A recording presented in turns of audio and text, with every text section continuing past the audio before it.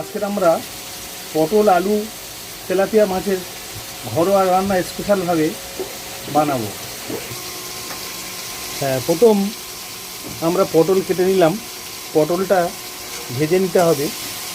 তারপর আলু কাটার পর মশলা আদা রসুন পেস্ট, পেঁয়াজ, কাঁচা লঙ্কা, টমেটো এবং জিরের বাটনা। কড়ায় তেল দিলাম। দেওয়ার পরে পটলটা দিয়ে ভালো করে সুন্দর করে ভাজতে হবে। পটলটা ভেজে তুলে নিতে হবে।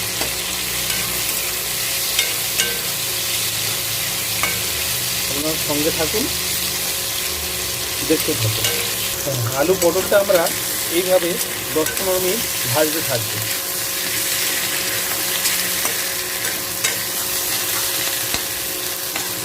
পেঁয়াজ দিলাম,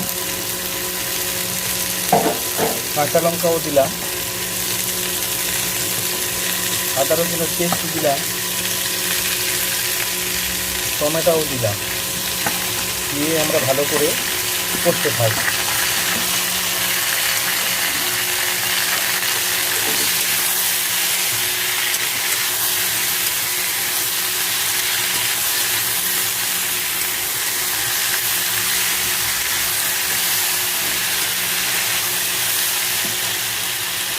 একটু কাশ্মীরি মির্চি দিলাম,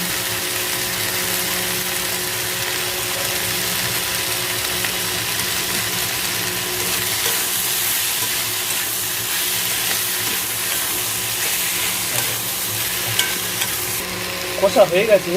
এবার আমরা জল দিয়ে দিলাম।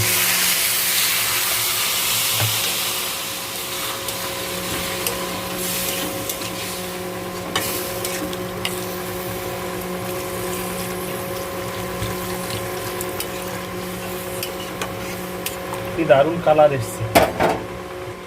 তেলাপিয়া মাছ আমাদের আগে ভাজা হয়ে গিয়েছিল।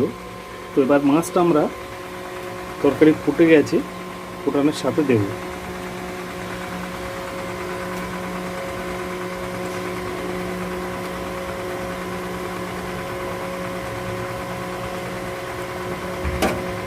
এবার 15-20 মিনিট আমরা ঢাকা দিয়ে দেবো।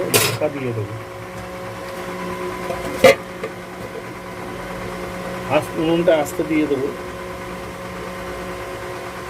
বানানো হয়ে গেছে আমাদের পটল আলু তেলাপিয়া মাছের ঝোল। তো এটা আমরা ঘরোয়া রান্না করলাম। সুন্দর কালারও এসছে, সুন্দরভাবে বানিয়েছি। খেলে মানে মন ভরে যাবে। এবার আমরা তরকারিটা নামিয়ে নেব। নিত্য নতুন রান্না আমরা প্রতিদিন করতে থাকবো। আপনারা সঙ্গে থাকুন, দেখতে থাকুন, আর আমাদের চ্যানেলটাকে সাবস্ক্রাইব করুন। এইভাবে